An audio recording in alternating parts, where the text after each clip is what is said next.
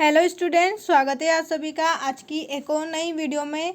आज इस वीडियो के माध्यम से हम कक्षा 8वीं विषय विज्ञान पेपर को देखने वाले हैं और साथ में इस पेपर के सभी प्रश्नों के उत्तर को भी हम वीडियो के माध्यम से देखने वाले हैं। तो वीडियो को शुरू से लेकर अंत तक ज़रूर देखिएगा। अगर आप हमारे चैनल पर नए हैं तो चैनल को सब्सक्राइब कर लीजिए और साथ में इस वीडियो को लाइक करके अपने सभी दोस्तों के साथ भी शेयर कर दीजिए। तो चलिए शुरू करते हैं आज का आपका पेपर। राज्य शिक्षा केंद्र मध्य प्रदेश भोपाल अर्धवार्षिक परीक्षा सत्र 2025-26 विषय विज्ञान कक्षा 8वीं का यहाँ पर पेपर हमारे पास है। यहाँ आप देखेंगे सबसे पहले आपसे बहुविकल्पी प्रश्न पूछे गए हैं। प्रश्न नंबर पहले में आपसे पूछा है वनोन्मूलन का प्राकृतिक कारण क्या है। यहाँ पर आपको वनोन्मूलन का प्राकृतिक कारण बताना है। यहाँ पर आपको 4 ऑप्शन दिए हैं, इन चारों में से आपको सही पर टिक करना है। तो यहाँ आपका ए और बी दोनों आंसर सही रहेगा। ऑप्शन डी पर आपको टिक करना है, ए और बी। प्रश्न नंबर 2 में आपसे पूछा है परख नली शिशु का विकास होता है। परख नली में आपको बताना है शिशु का विकास कहाँ होता है। तो यहाँ पर आपको ऑप्शन बी पर टिक कर देना है, मादा के शरीर के अंदर। परख नली शिशु का विकास मादा शरीर के अंदर में होता है। इसके बाद प्रश्न नंबर 3 है निम्न पदार्थों में से सबसे पहले कौन जलेगा। तो यहाँ पर आप देखेंगे पेट्रोल आपको दिया हुआ है, लकड़ी, लोहे की छड़ और गत्ता। तो आप देखेंगे पेट्रोल जो है वो सबसे पहले जलेगा, आपको पेट्रोल पर टिक करना ऑप्शन ए पे। प्रश्न नंबर 4 है लैंगिक प्रजनन में भाग लेते हैं। तो लैंगिक प्रजनन में कौन भाग लेते हैं, एक नर और एक मादा भाग लेते हैं। यहाँ पर आपका ऑप्शन बी जो है वो सही आंसर रहेगा, नर और मादा। इसके बाद प्रश्न नंबर 5 है पेड़ से फल का गिरना किस बल का उदाहरण है। यहाँ आपको बताना है अगर पेड़ से कोई फल गिरता है तो वह किस चीज़ का उदाहरण है, घर्षण बल का, गुरुत्वाकर्षण बल का, स्थिर वैद्युत बल का, या फिर इनमें से कोई नहीं। तो यहाँ पर आपको गुरुत्वाकर्षण बल पर टिक कर देना है, पेड़ से फल का गिरना गुरुत्वाकर्षण बल का उदाहरण है।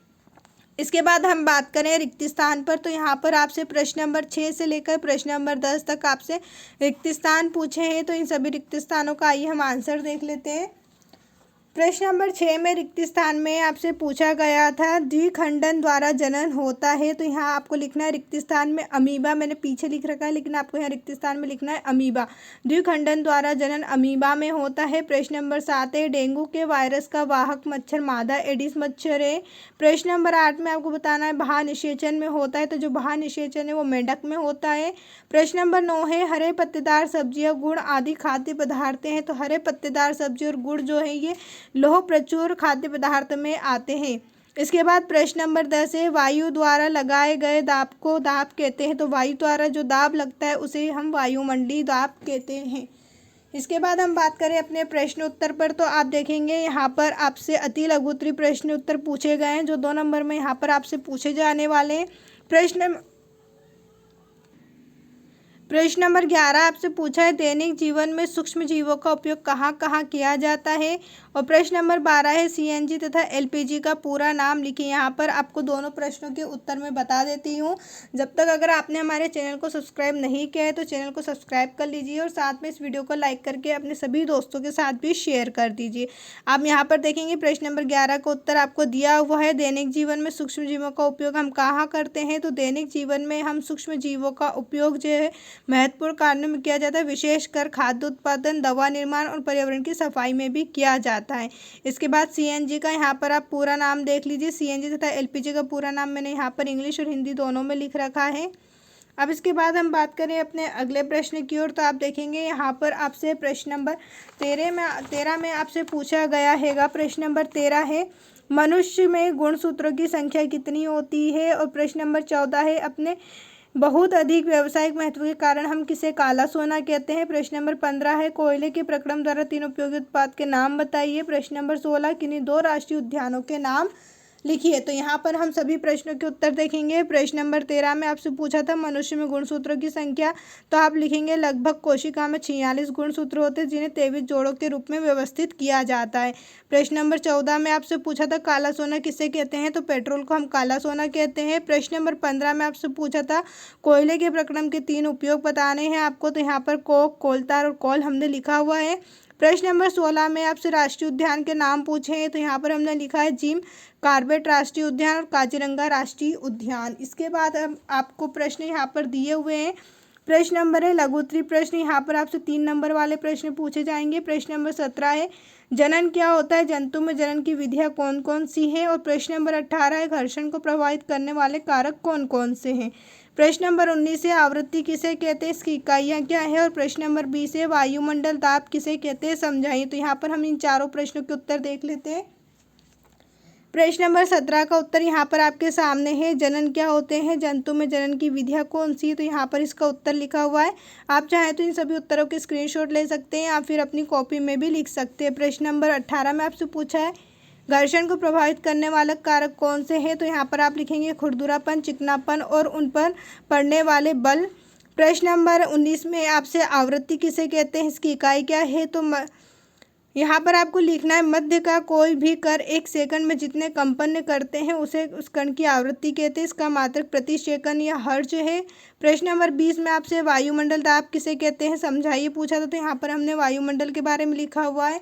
इसके बाद हम बात करें प्रश्न नंबर 21 और 22 में। तो प्रश्न नंबर 21 में आपसे यहाँ पर पूछा गया है एक प्रयोग में 405 किलोग्राम ईंधन का पूर्णतः दहन किया गया है जिससे 1,80,000 kg ऊष्मा उत्पन्न हुई है। ईंधन का ऊष्मीय मान आपको निकालना है।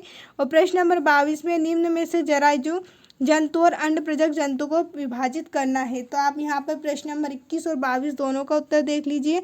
प्रश्न नंबर 21 में पहले आपको जो मान दिए गए वो लिख लेंगे। सबसे पहले कुल ऊष्मा, तो आप देखेंगे कुल ऊष्मा में कितनी दी गई है 1,80,000, वो हम यहाँ लिखेंगे। फिर ईंधन का द्रव्यमान आप देखेंगे 405 किलोग्राम है, वो हमने लिख लिया है।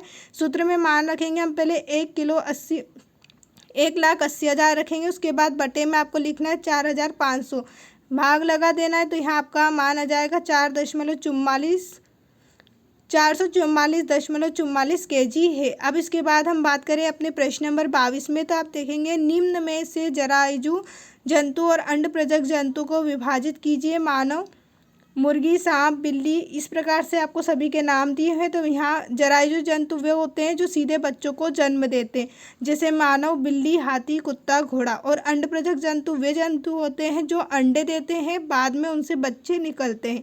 तो यहाँ आप देखेंगे मुर्गी, सांप, चिड़िया, कौवा, बतख ये अंडे देते हैं, उनके बाद इनके बच्चे बाहर आते हैं।